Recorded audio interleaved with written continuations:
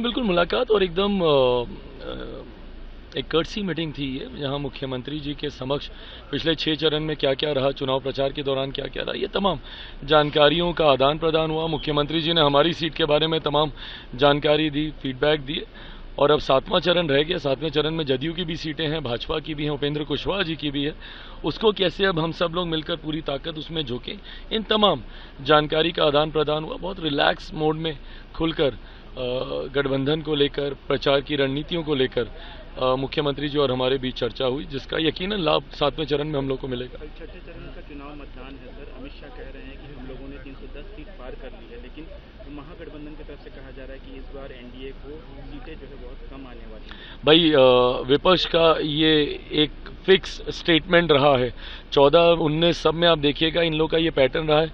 शुरू में बड़े बड़े दावे करते हैं, उसके बाद अब ये लोग उस फेज में आ जाएंगे जहां पर अब ये लोग अधिकारियों से मिली भगत, मतलब दूसरा ये इसका एजेंट है, ये उसका एजेंट है, इस तरीके की भाषा का इस्तेमाल करेंगे।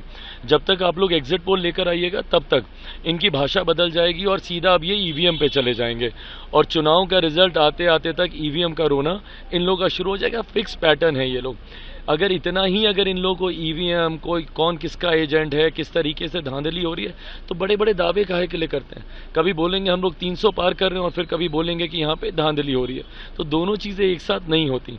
ऐसे में हकीकत है, विपक्ष भी जानता है कि इस बार बुरी तरीके से उनकी हार हो रही है। राजद का हम लोग क्या ही जिक्र करें, लोकसभा में उनका कोई सांसद ही नहीं है, बट कांग्रेस का जो एक था वो भी इस बार यहाँ पे चुनाव हारेंगे। और कांग्रेस देखिएगा इस बार ऑल टाइम लो पर रहेगी। अपने इतिहास में सबसे कम सीटें इस बार कांग्रेस जीतेगी। नहीं, बिल्कुल मुलाकात और एकदम एक कर्टसी मीटिंग थी ये, जहां मुख्यमंत्री जी के समक्ष पिछले 6 चरण में क्या क्या रहा, चुनाव प्रचार के दौरान क्या क्या रहा, ये तमाम जानकारियों का आदान प्रदान हुआ। मुख्यमंत्री जी ने हमारी सीट के बारे में तमाम जानकारी दी, फीडबैक दिए। और अब 7वां चरण रह गया। 7वें चरण में जदयू की भी सीटें हैं, भाजपा की भी हैं, उपेंद्र कुशवाहा जी की भी है।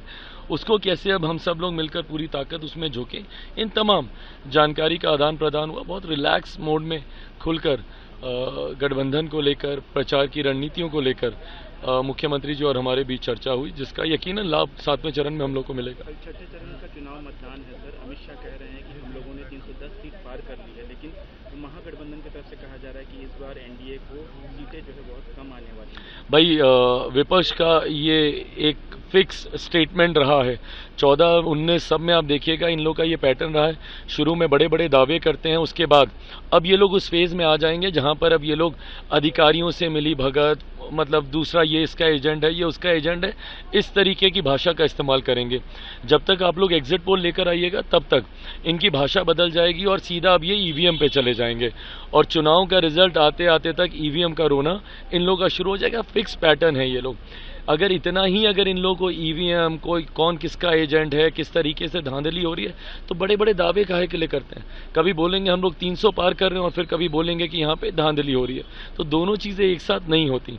ऐसे में हकीकत है, विपक्ष भी जानता है कि इस बार बुरी तरीके से उनकी हार हो रही है। राजद का हम लोग क्या ही जिक्र करें, लोकसभा में उनका कोई सांसद ही नहीं है, बट कांग्रेस का जो एक था वो भी इस बार यहाँ पे चुनाव हारेंगे। और कांग्रेस देखिएगा इस बार ऑल टाइम लो पर रहेगी। अपने इतिहास में सबसे कम सीटें इस बार कांग्रेस जीतेगी।